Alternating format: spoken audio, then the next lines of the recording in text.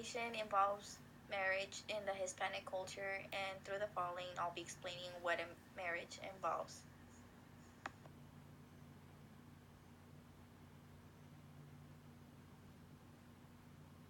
Courtships, rituals, and dating customs.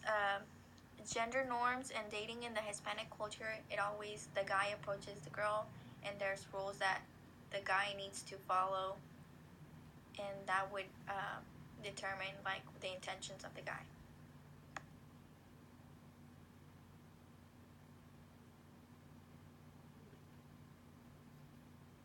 Still on the courtships, rituals, and dating customs, the common and uncommon, the on sex before marriage and after. If you have sex before marriage, that's considered like a sin, like you did bad, and after marriage, it's considered you're okay.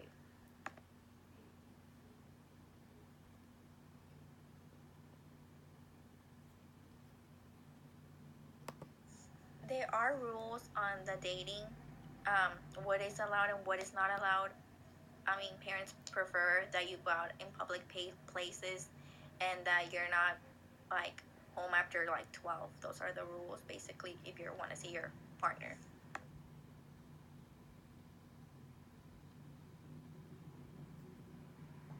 It does play a role in dating.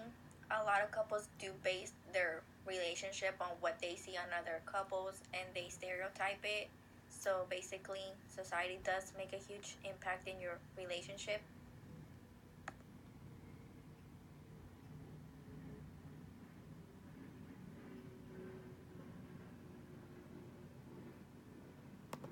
Marriage ceremony license is required in most of the Hispanic culture, depending what southern part of the Hispanic culture you get married.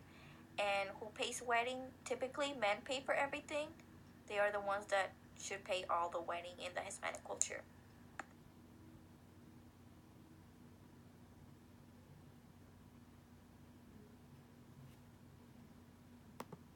For the marriage ceremony, for the proper age to get married is 18 and older, and then the traditions is white cake and the white dress and the tie, and then for food is rice, beans, and typical meat for the food for the marriage.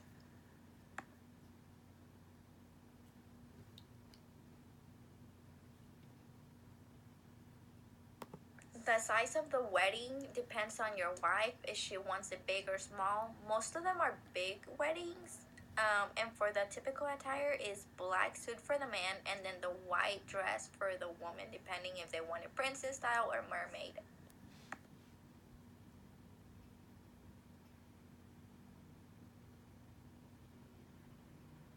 Ceremony, we're still on that, and is it a legal binding arrangement depending on like what your values are and like how you were raised, but in most of the parts it is like legal to do that, but if you really want to, then it's fine.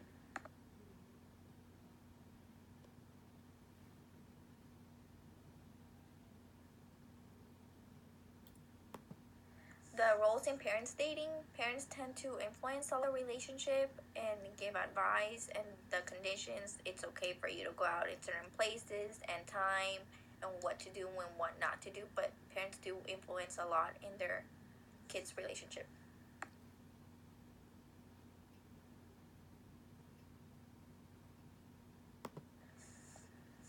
There is a lot of arranged marriages based on their parents, and the reasons are because they want a good future for their kids, or there's a reason that they need to follow culture rules or family traditions.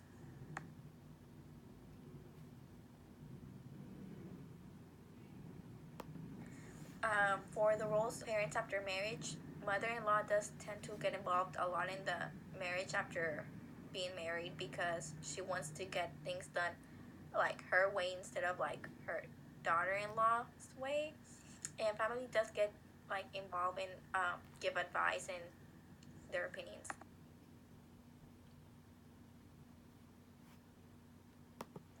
We're in family values now. The spouse role in the relationship, it has to be different from what they were dating.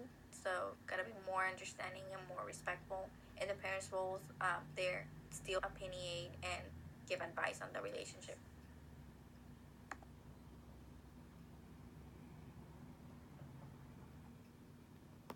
where they live after marriage, most parents want to like help them get a nice area and live in an okay area. And what's it like for them to be in their own place? Well, it feels like they're independent and nobody tells them what to do.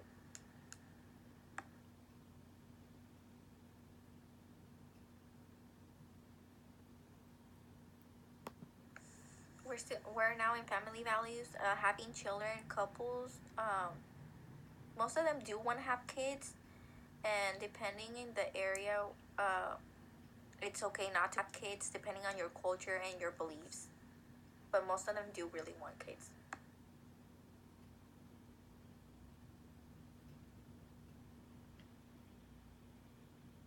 For we're staying family values, parents ruled after couples have children. Some parents are very careful about how their kids treat their sons. They don't like it when they raise their voice, and um, the parents tend to follow stereotypes on how to raise their children.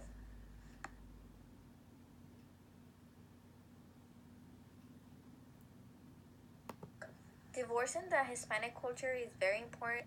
It is allowed, but it looks really bad for women. Um, why they divorced? Because probably they lost interest or they just don't feel right in being in a relationship and they just want to end it.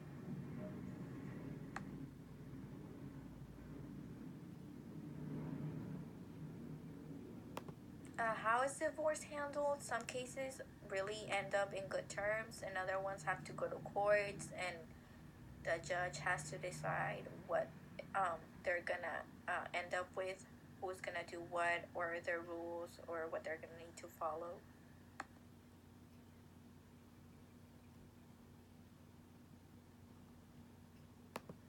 We're still in the divorce part. Remarriage is allowed, but the requirements for remarriage is you have to be divorced and everything settled in order for you to get married again. That's okay.